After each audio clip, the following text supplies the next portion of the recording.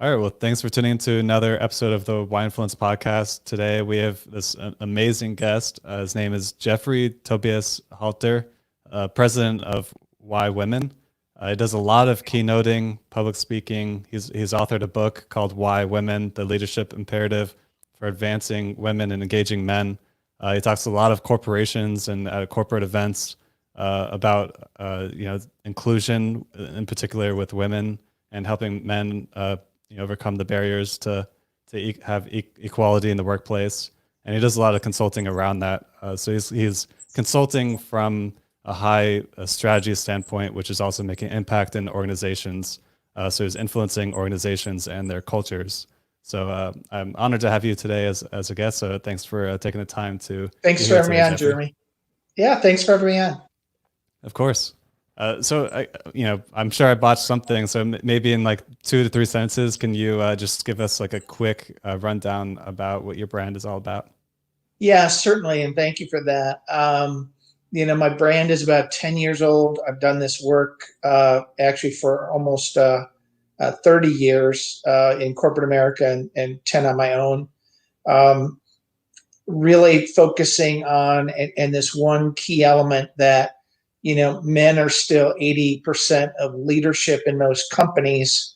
And so we just can't drive long-term systemic change for women or other elements or dimensions of diversity without active male engagement. And so it's been fascinating the last 3 or 4 years. There's been a lot of talk in the space. And so that's the work that I do via a whole host of methods. Awesome. And you're a consultant first. You've got a book. You public speak, but is that right? You're sort of a consultant who Yes. speaks, right? Yep. Okay, awesome. And before we jump into it, do you have an unintended consequence that you could share with us, like someone you've impacted in a way that you didn't expect as a result of sharing? Yeah, it's interesting. I'm going to say it's unintended because I tell it to literally everyone I meet. Not that many people follow through on it, but when they do, I'm always excited about it. And what it is you need to write a book. If you're going to be doing this work, it's a source of credibility.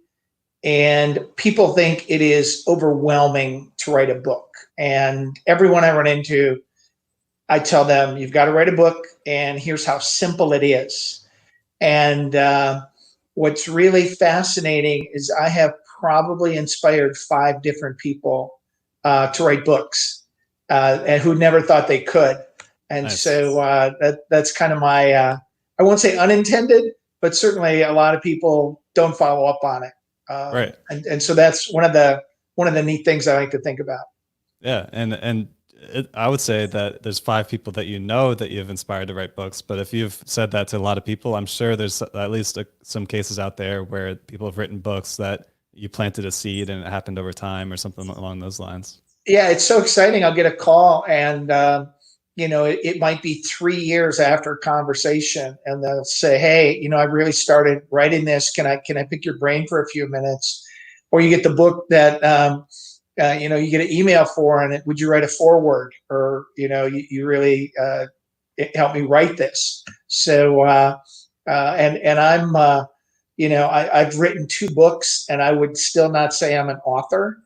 I just kind of cracked the code on how you write books, and it's really not that hard. Okay. Real quick before we get into it, because you said it's not Yeah. hard twice now.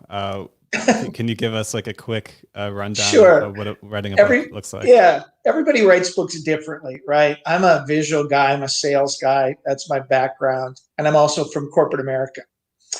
And believe it or not, if you can create a 30 to 40 page PowerPoint presentation, which sadly most corporate people can, if you actually dictate that verbiage into a book or into software, you will have about enough content for 8 chapters. And so it's as easy as dictating a big presentation, and then you outline your key points in PowerPoint. You read it all, and then you write your summary of what you just said. You write your actual chapter 1 is the last thing you write. because it's what you're going to tell folks. And you've got a 10 chapter book, and it's just about that easy. And you hire a good editor, and they clean it up for you. So, all right. So you put together a 30, 40 page PowerPoint slide deck with talking points, and you talk them out. Then you can you talk about what you talked about as the intro, have a conclusion, and then just like transcribe it, and then just sort of mold the book out of that. It is literally that easy. Yeah. And then you go the self-published route, which is what I encourage a lot of people to do in today's environment, because it's just so easy to build a social media presence, get a book out. And then all of a sudden, we believe you're an expert because you've written a book.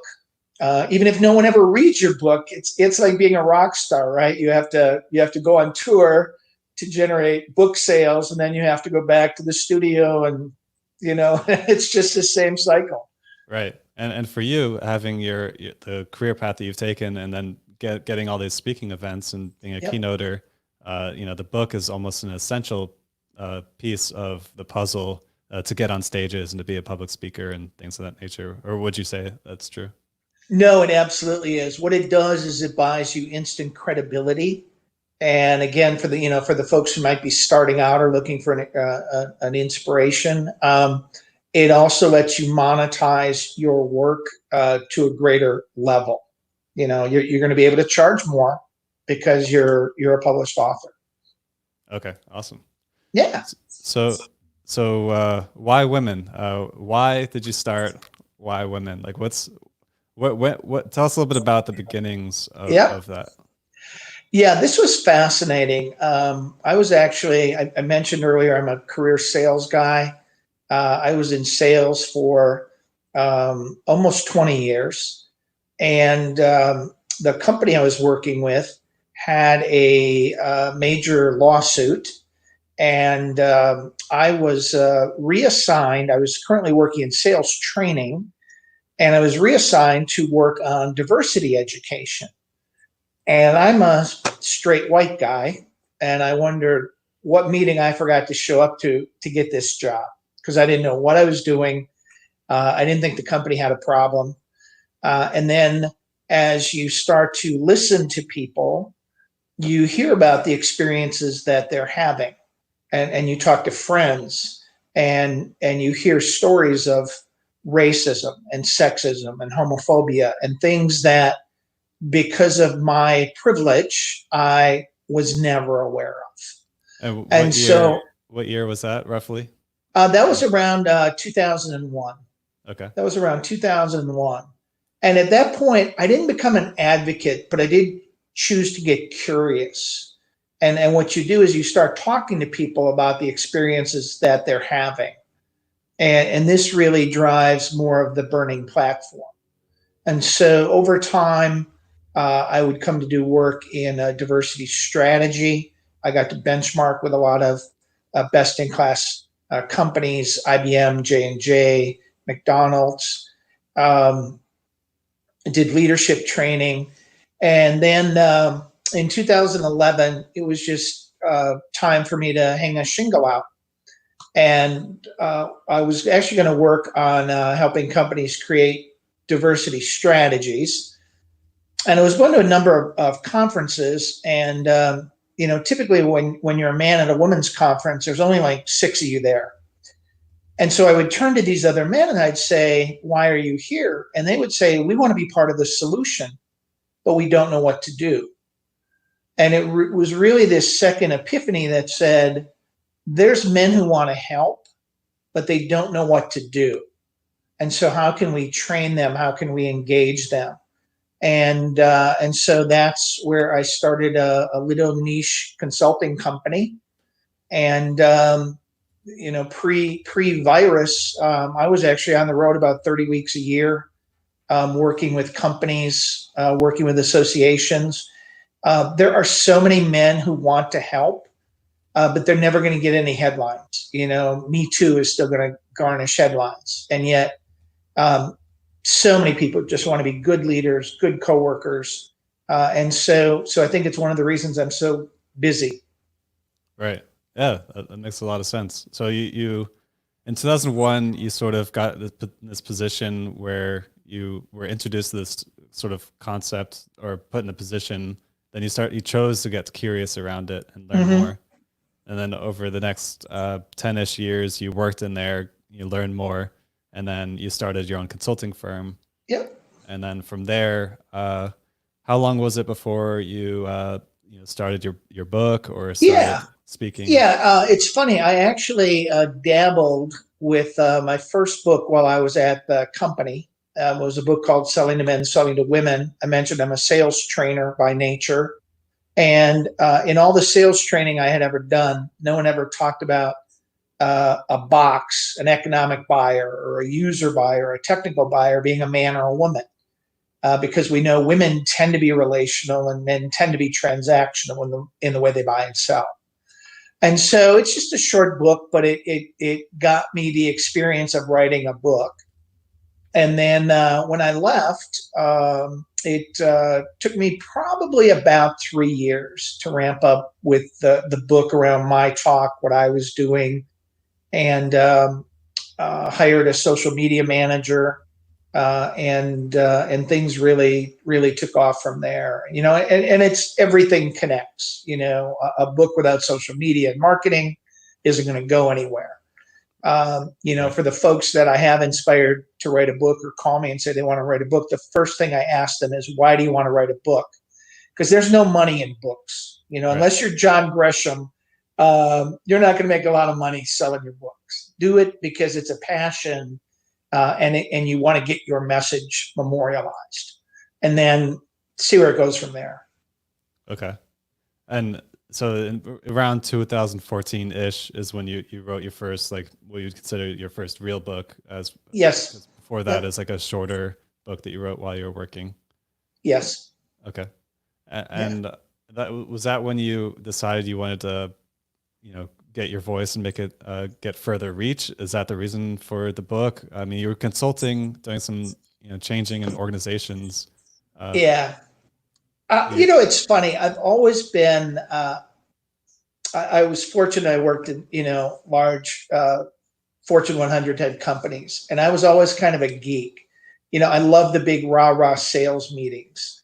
I love the motivational speakers that they brought in. And I still, in addition to speaking at 30 events, I attend those 30 events. I'm not the kind of guy who just shows up, does my thing, and leaves. I want to hear the other speakers and their motivation and what drives them. And so I've always kind of had this niche to do public speaking. And so that led me to doing this work. I was very fortunate to be offered an opportunity to do a TED Talk. And so I've done a couple TED Talks now. And that's a whole nother strategy. If you want to get a TED Talk, there are people out there who you can coach or who can coach you to go find out how to do one. And it's, believe it or not, it's really not that hard. Right. So you had this consulting business in the niche, then you wrote a book, and you started doing TED Talks, and then you just sort of fell into doing public speaking after that. Yeah, absolutely. And 90% of my business now is referrals, from associations or whatnot. I don't do any cold calling, but we are very active in a host of social media platforms. That's the other thing I would say. We've got a newsletter that comes out about every 3 weeks that reinforces our message. It's called Gender Conversation Quick Starters. And so it's very simple. It's a short article. It's a commercial. It may be a podcast, and we just link to it. And then we want a group of people to watch us at lunch, and then we give them 3 questions to ask. And so my goal is have a gender-based conversation once a month for a staff meeting.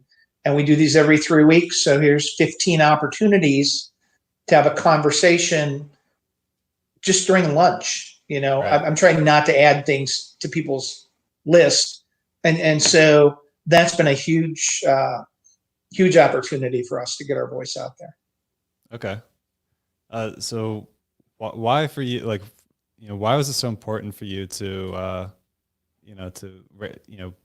grow your voice and make it this bigger impact in this space about inclusion? Yeah, it's interesting because you do this work, and this is actually the training that I do with men. 3/4 of it is head stuff, right? They have to understand the business case. They have to understand how it ties to our organizational strategy. It has to either connect to revenue or company reputation or profit. But that's 75% of it. The 25% where advocacy lives is a personal connection. And this is what keeps me going and why I do this work. And that's where advocacy lives. The one story I didn't tell you during my diversity training that really kind of pushed me over the edge was, so I'm doing this training. Now realize, this is so commonplace nowadays, but in 2001, it wasn't all over the news. And so a good friend of mine was an African-American gentleman. He lives in Columbus, Ohio, and he's a vice president. And he says, I live in a nice neighborhood. I drive a really nice car. And at least twice a month, I get pulled over for being a Black man in a nice car in a nice neighborhood. My car, my neighborhood. And he said one of the lowest days of his life was when he was pulled over and he had his 15-year-old son with him. And now think about this, Jeremy. End of the day, you're tired. You just want to get home. And all you can do is drop your hands in your lap and be respectful because your son is watching how you react. And he realized his son is going to react when he's pulled over the way I react right now. And that story changed me, and it really opened my eyes to the fact that people are having different experiences. And so, so that's one of the things that drives me. One of the other things that's really common for men is we never really make the connection that if we're not advocating for women in the workforce, we're actually hurting our spouses or our sisters or our mothers or our daughters. And that sounds really harsh to say, but most men don't make that connection. And so, being the father of a daughter, being the father of a granddaughter, I realize this is my responsibility and my message to carry. And so when I talk to other men, I very much say, if you're going to do this work every day and stay really passionate, you've got to have a due north, and that's a personal connection. So when you hear stories about sexual harassment, when you hear stories about pay inequity, well, put your daughter in that scenario, and would you react or think differently or sit there and say nothing? Yeah, that's powerful. And so you've got, your friend who went through the situation with the police, and you've got, your daughter that you're trying to have a good world for her to grow up in, and then the granddaughter. So those are big motivators. They are. Yeah. And, and I'm also, it's just funny, some of the calls that I get, because women have been doing this work, literally since the 80s. It escalated in the early 2000s. But women will call me and they're just ecstatic that there's a man out there that is doing this work. And so, that's an ongoing source of motivation as well. When they call, just so excited that they found you. Because I'm like the only one in the country doing this work. And so that's motivating as well. That's awesome. Yeah, so, thanks. Why is it so important for you to, be, pushing for this? You talk about how you can put your daughter in place of when you're listening to stories and stuff, but why is it so important that it's just driving you to be so unstoppable with what you're doing? Yeah, I think part of it is, it's a gateway to a conversation, and a broader conversation. If and I use this in my corporate talks, if we can't talk about gender and gender differences, well, how are we going to talk about race? How are we going to talk about sexual orientation? How are we going to talk about fixing the big problems of our world if we can't have a simple conversation around the fact men and women are different and they're treated differently? So I use it as a gate key. But also there's a huge, particularly for business leaders, you start to think about this next generation of workers coming up. Millennials being now the majority of the workforce. And if you don't have pay equity, if you don't have a great benefits and paternity leave for fathers, they're not going to come to work for you. So there's a business rationale that drives me. There's a gateway to even more meaningful conversations. And then there's an evolving conversation that, for the most part, I still talk about gender in a binary sense of male and female.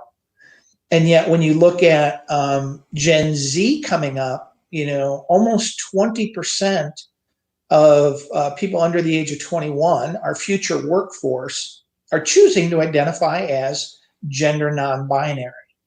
And what does that mean? Or gender non-conforming. And so, well, before we can have a conversation around gender non-conforming, gender non-binary, transgenderism, sexual orientation, again, let's have a really honest conversation around women. And so in a very contentious world, I see this as a icebreaker. And that's one of the other reasons I do this work. Yeah, that makes sense. If you don't mind, I'm just going a little bit deeper here. So Yeah.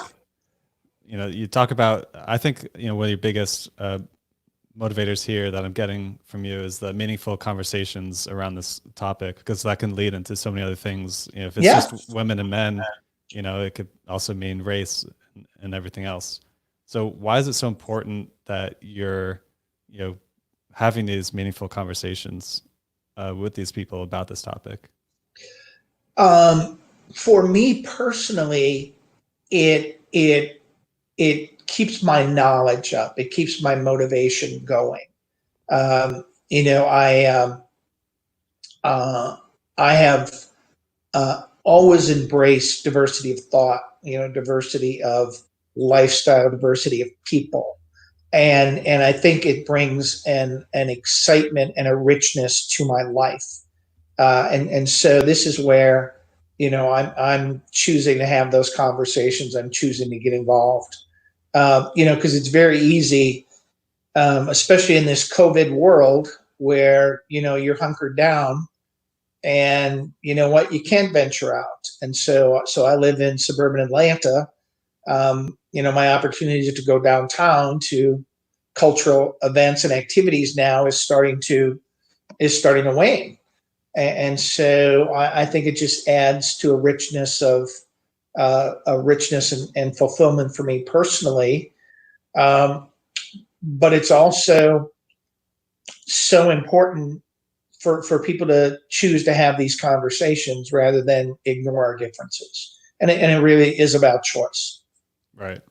And when you work with companies, by embracing and having these conversations, you're finding that it's changing whole cultures of organizations.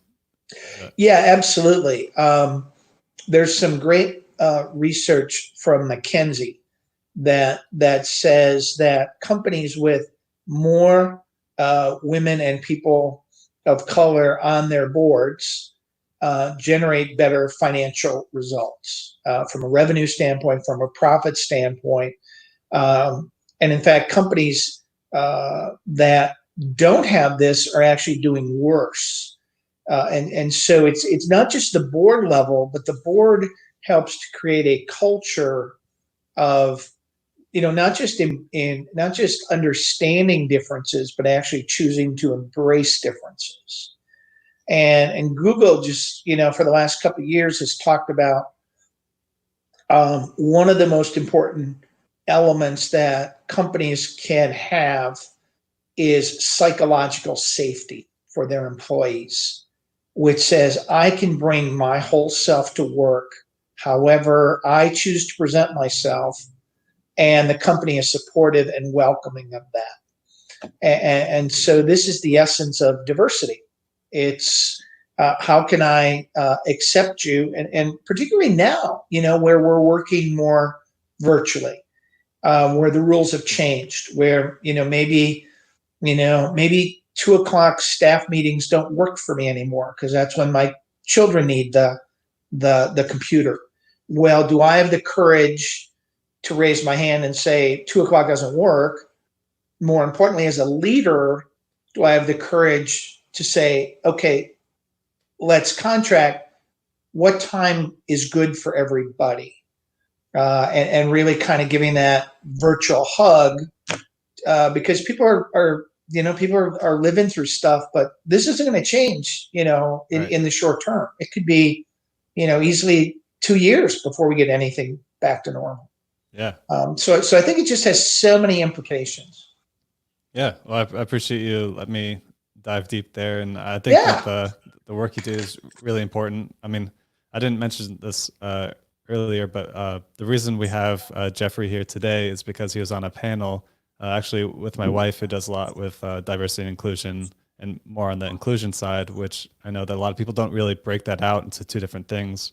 And I know that you do that as well. So you have the diversity piece and then the inclusion piece, because you can have diversity, but not necessarily inclusion if that diversity is not included. So it's definitely important work and brings richness to your life as well as the other people that you're impacting. So that's great. All right. So you've got this consulting business where you're impacting organizations from a high level and culturally. And then you've written your books and you do a lot of speaking on stages. Through the process, were there moments where you had to give yourself permission to sort of level up how you were doing things? Like when you're writing your first book, let's say, like, were you nervous that people might, think something about you for writing this book, or like, what kind of barriers did you have that were coming up? Oh, boy, that's a good one. Just even doing this work, right? Being a man who is basically choosing to be an advocate for women. Your male peer group, and again, realize I came up through sales and in a pretty macho culture. You still get a lot of grief for being a man in that space. And so, you just understand. And what I try to explain to, the people who push back is, I'm not doing this work for you. I'm doing it for your daughter, or I'm doing it for your wife. And so helping them make that personal connection is important. And then the other thing I found, so back when I was running this diversity training program, we had to train 4,000 people because of this lawsuit. And there were people who didn't want to be there. There were people who thought, this was a bunch of crap. And so I learned a long time ago that you're never going to win an argument with an idiot. You can't rationalize it. You can't put it in a manner that they're going to understand. And so I don't bother. I don't listen to those detractors. I don't listen to those voices. What I choose to do is surround myself with the 35% of people who are fellow advocates, talk to the other, 40%, 50% that want to help if they know what to do. And then, what and this, once you're on social media, you figure out real quickly you're going to have haters. And it's almost kind of a rite of passage. And it means, if you don't have any haters, you're not pushing the envelope enough. And so I don't take them on. I don't address them. I don't get into petty arguments with them. My followers and peer group support me quite nicely. And so that's kind of that's one of the stories of what this looks like when you start to choose to do it. Right. Yeah, because you're sort of pushing on the touchy subject for some people. So I like how you brought up the strategy of reframing what it is that you're doing. So if you're talking to someone who doesn't understand it, it's like, well, I'm doing it for your wife or for your daughter, and reframing that helps overcome that barrier. And then Yep. the sort of selective hearing, the people that are the haters, or the people that aren't the ones that want the help. You just sort of can skip those and go find the people that do want and willing to hear. Exactly. And it makes you much happier. Yeah. And reach the people that you're going to make an impact with, as opposed to trying so hard with people that you can't.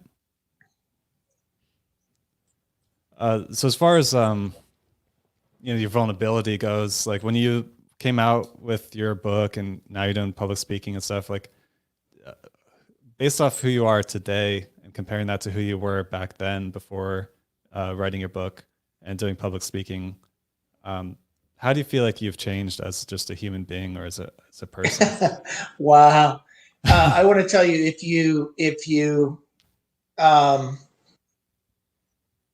you earnestly do this work, you have to acknowledge every day what you don't understand. I think that's probably one of the biggest things, because everyone is different. Everyone's going to hear this message differently, and so even anytime I make assumptions about people, typically something will prove me wrong. And being in this space,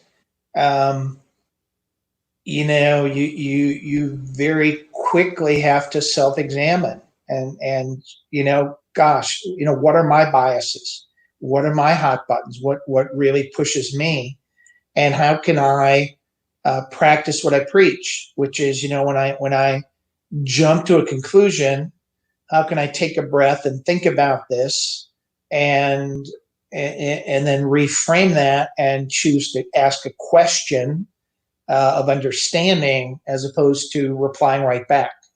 And I'll be, very quick to say that's not always typically my nature. And it's something I relearn every day. That's awesome. So building a significant amount of self-awareness just around how you're viewing and perceiving people and seeing that difference.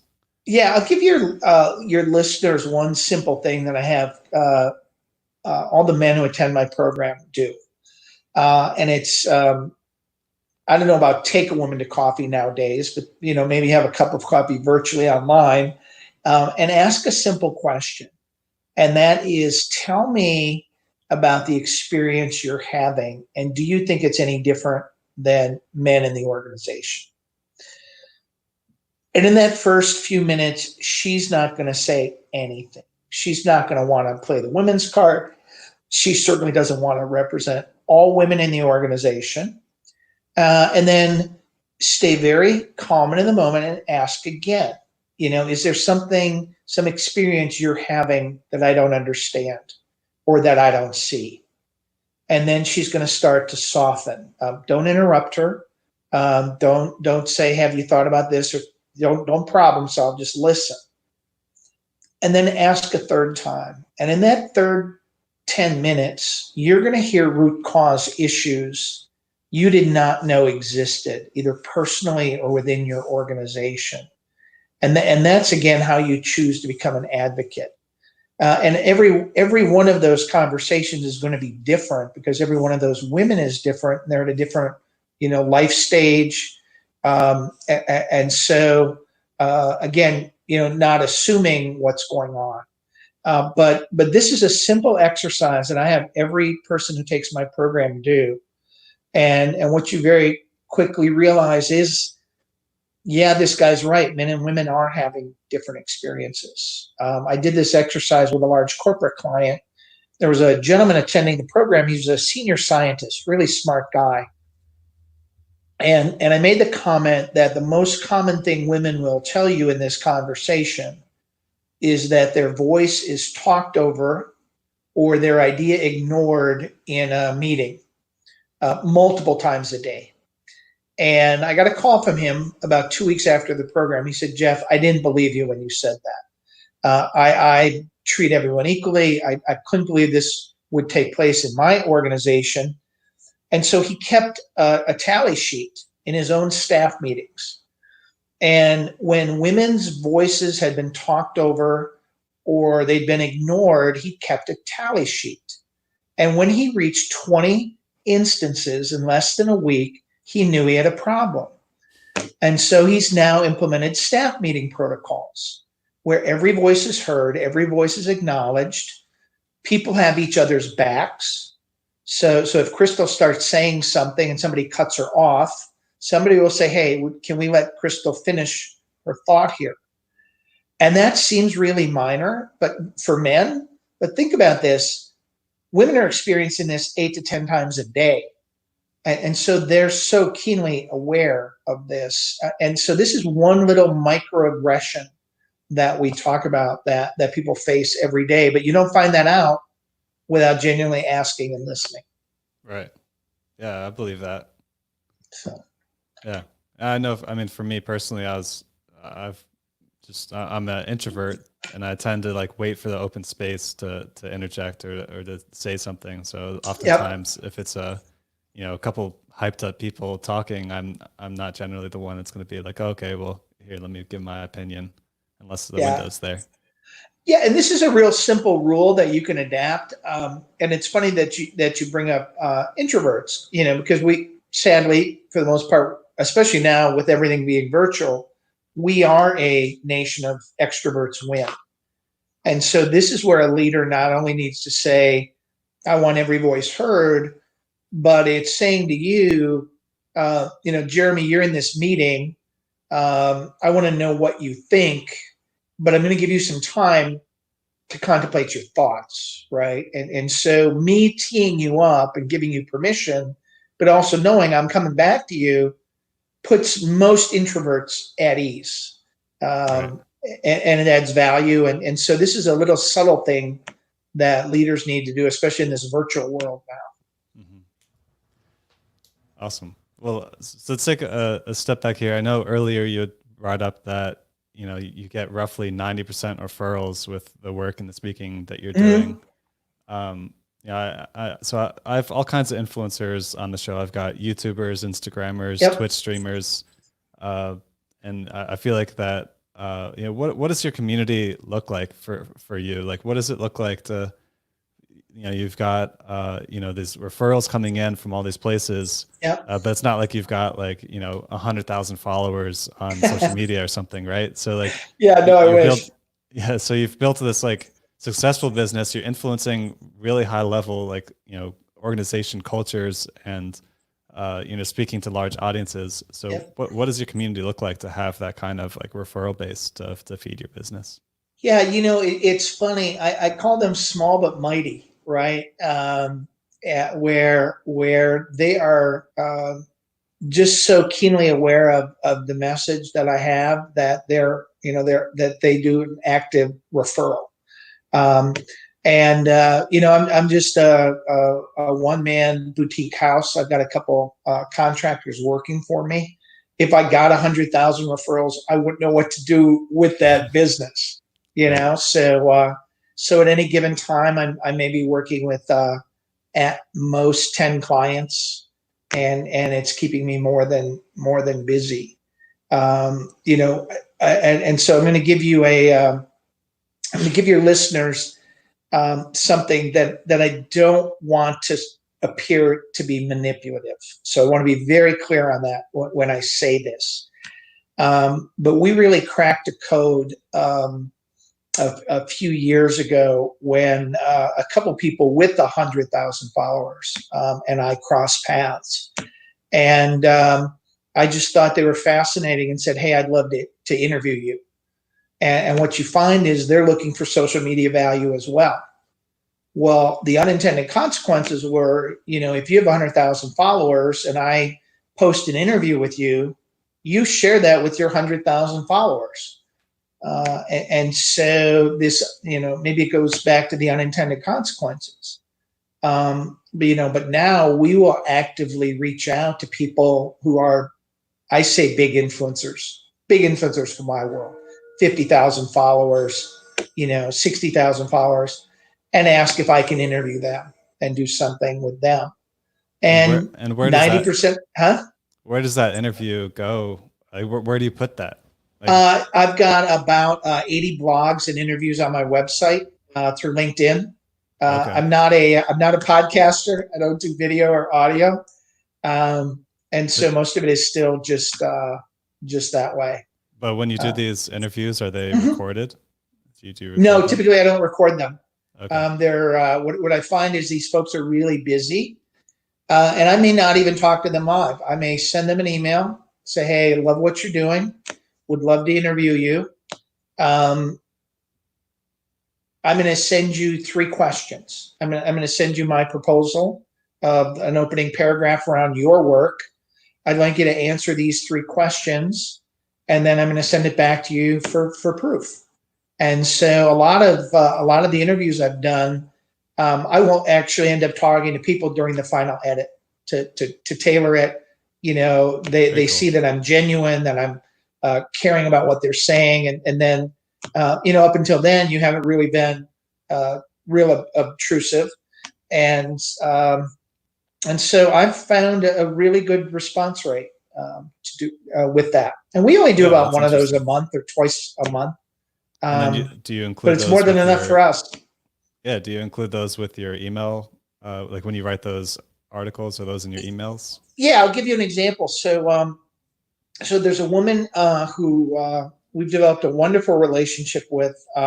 She has a TED Talk called "Flip It to Test It," and it's a very simple concept on unconscious bias. She takes you through a couple exercises where you answer things and then you change the gender of the people you were doing it to, and you see how the biasness shows up in this. And so she did a TED Talk, and I reached out to her, and we've interviewed her, and that was one of our articles with her short video, and then we want you to talk about it. And Okay. so those are some of the folks that I've had an opportunity with, and it's been fun. Yeah, that's a unique strategy for interviews. I haven't talked to anyone that's done that before. Yeah. Cool. And by and large, most people, most people in this space want eyeballs of some way, shape, or form. And so, the people with 2 million followers, Mark Cuban's not going to return, my email. Right. But can I get, somebody a couple levels down from that? Yeah, probably. And what's the downside? The worst they say is no. I'm a sales guy. It takes 20 calls to get, a 5% return. Right. Yeah, that's a big thing that a lot of people that I talk to that are in the podcasting community is like, you don't. It's always a no if you don't even ask, right? But if you ask, then you get a chance. And when I started my podcast, before I even had any guests or even done any interviews before, I had gotten a YouTuber with over 1 million subscribers to say yes to being a guest. And it's like, that wouldn't have happened if I just hadn't approached him and exactly. asked him. So, yeah. So awesome. So normally, I've had a lot of requests from my listeners to just ask from a high level, sort of like, where you're making money, I guess, and whatever you're comfortable with, but like, no, that's fair. Sources of income, I guess, because you've got a book, you've got public speaking, you've got consulting, and so if someone's looking at that sort of world to grow into and to move towards, any tips or advice or wisdom in that? Yeah, and part of it is also, you've got to approach this as a business. And so my book as an example. I never anticipated making any money on my book. In fact, I give it away as a really nice business card, and people are just so overwhelmed that you've handed them a book, right? And so I give away 5 times as many books as I sell. And then, and it takes a long time to build your keynote business. So, initially I started with workshops. I started with, quite frankly, talking to any group that would have me in. The one thing I would really advise your folks, though, on is never work for free, because people don't tend to value your message as much. Think about how you can build that. Think about how you can take your message and tailor it. One of the things that I do is my strategies and concepts are my intellectual property, but typically I'll give those away. So I'm not trying to monetize my intellectual property either, because I don't think anyone can deliver it the way that I do. And quite frankly, if you want to go drive some gender conversations in a more macro world, I'm good with that. Right. But what I will do is I will want to do a day or two worth of prep calls with you before I come in and as a speaker or as a consultant. And so what I've been able to do now is I can monetize that prep time, because I'm customizing this message for you and your organization. And so even though 3/4 of the presentation is kind of my IP and my material, believe it or not, that 25% that I've gleaned from you makes it so much more impactful. It doesn't sound like I'm just some guy who came in and is there to show up and throw up. I really know your organization. And I mentioned this also earlier, when I'm invited to speak, if I'm the 3:00 speaker, I'm there in the morning watching the opening keynote, and I'm watching what senior leadership is saying. And I'm taking notes on that so that I can come back and touch on those key points during my presentation. Again, it's really tailoring that message. Right. And then the other thing to do is really a bundling approach, where if you're going to bring me in for a keynote, I'm also happy to do a workshop for you. And so that way you're touching more people, you're getting more, potential contact, you're deepening your knowledge of the organization. Oh, by the way, it's a little more expensive, but it's not as expensive as if I were to do this a la carte. Right. And so bundling, working really hard with clients, understanding their needs, are some of the ways that I monetize. And so I would say at this point in my time, when I started out, probably 30 to 40% of my revenue was talks, and another 60% was kind of workshops and stuff like that. Now it's probably more 70% is custom work with clients, and 30% is more keynotes and associations, because the revenue and my joy is working deeply with organizations, and specifically senior leaders. So you got to again, for folks starting out, one thing to consider, and it's really hard with the environment we're in today, but I probably had a 10-year launch plan to get my business up and started. Obviously in 2001, I didn't think I would be leaving and going to do this, but it was pretty apparent by 2007 that, I had a really good knowledge, and I was reaching an early retirement age at the company where some monetary things would kick in. And so I chose 2011. But I spent 3 years just networking and talking to people and kicking business ideas around with them. Because the best time to get business is when you don't need it. Right. And so, you call people and say, hey, this is what I'm thinking of doing. I'm not there yet. Would you be a potential client if I ever did this? And you get a very quick gauge. And I will tell you, and even after, so 5 years of building a business plan, being ready to launch, I actually had 3 clients lined up the day I walked out the door. Wow. And 3 weeks after I started my own company, I lost 2 of those contracts through no result of my own. And so even your best plan, you know what is, but what was fascinating is in the time I had that I lost those clients is when I chose to write my book. And if I had gotten out, gotten incredibly busy, I may never have gotten around to the book. And so as I look back, it really turned out to be a benefit. But I was, you talk about unintended consequences. 2012, I was stunned when 2 of my 3 biggest clients said, "Oh, we've got to change the direction." And there's nothing you can do. That's part of being an entrepreneur. Right. Yeah. Well, that's amazing. Thanks so much for being transparent about that. That's very useful information. I think that a lot of people get value from that. Thank you. You're welcome.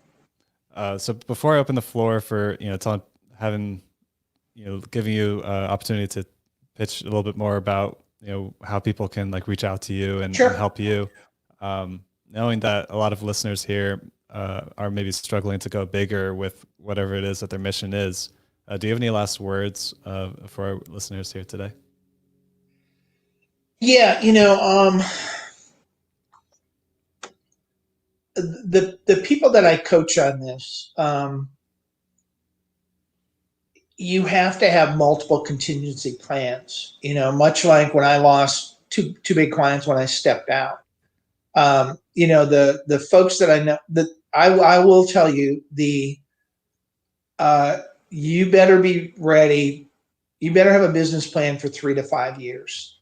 Because I've got colleagues who are struggling right now, who started a couple of years ago as public speakers, and then all of a sudden we had a virus. What? Are you kidding me?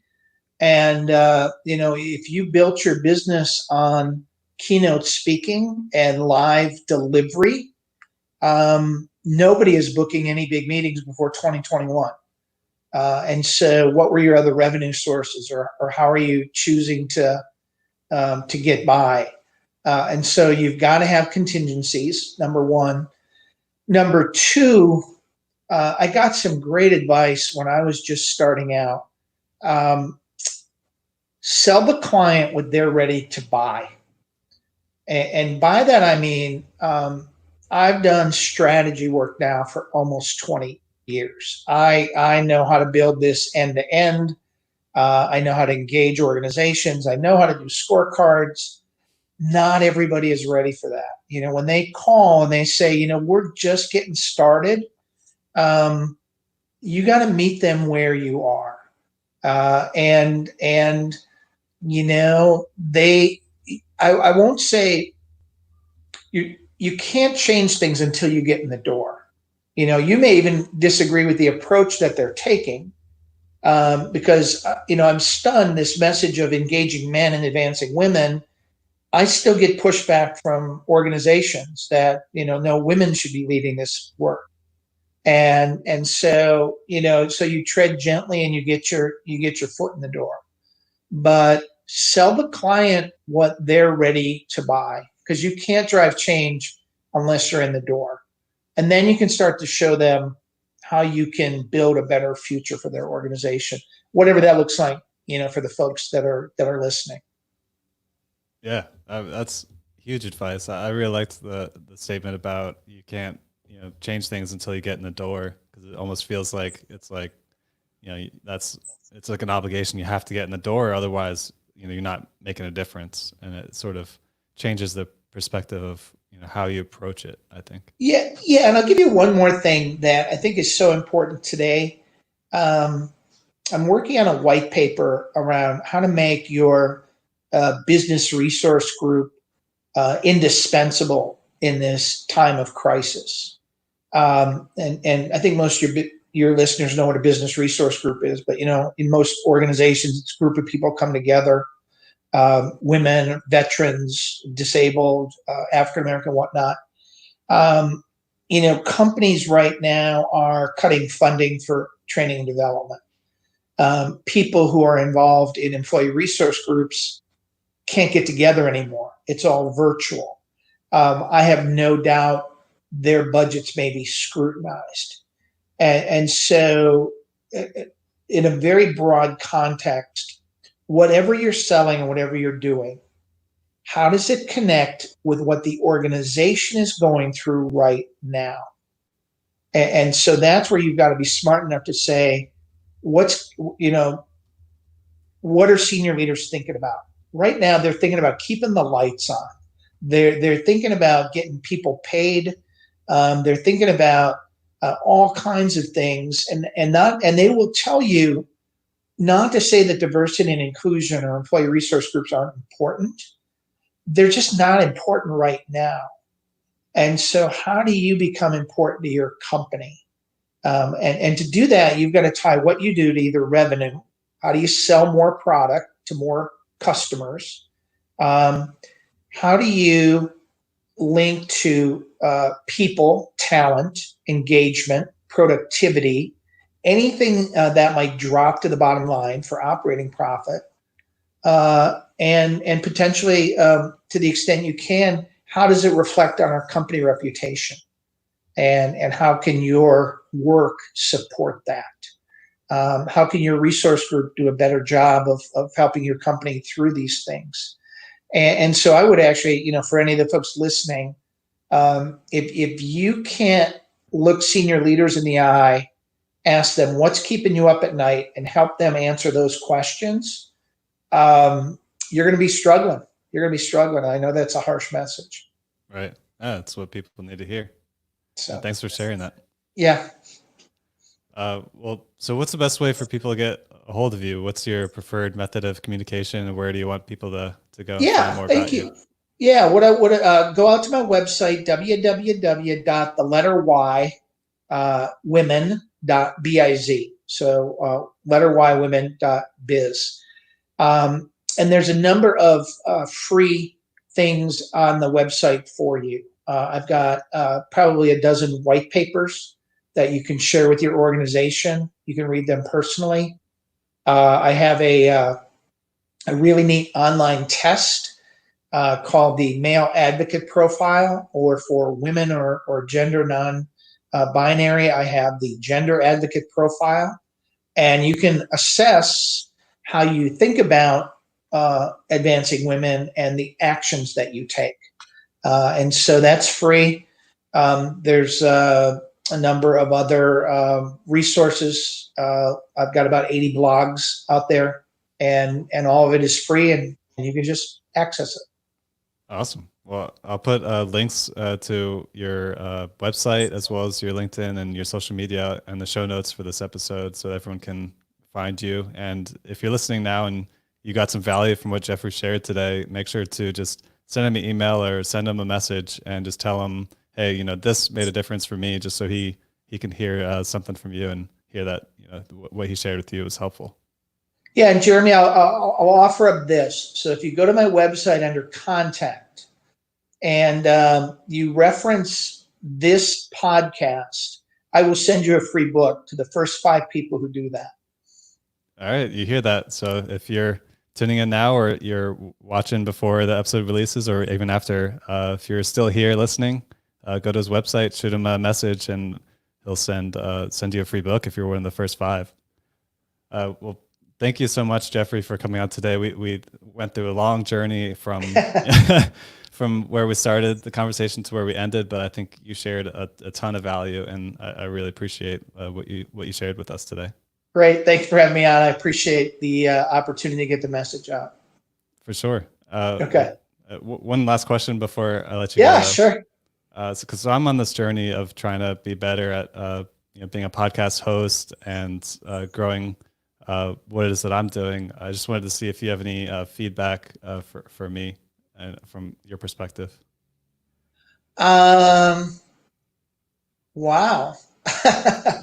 Coaching in the moment. No, I think what's funny for me is I probably do one of these a week, and the thing I would actually compliment you on is the preparedness that you and your team showed me. Sending out the information, the release form, things like that.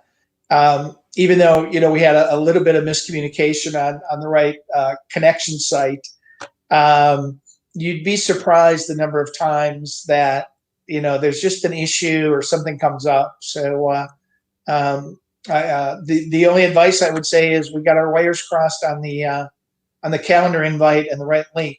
So and it sounds like you've corrected that now. So there's your feedback. Yeah, I appreciate it. All right. Well, thanks a lot, Jeffrey, and I'll be in touch. And thank you guys for taking the time to listen today. I hope it was a valuable episode for you.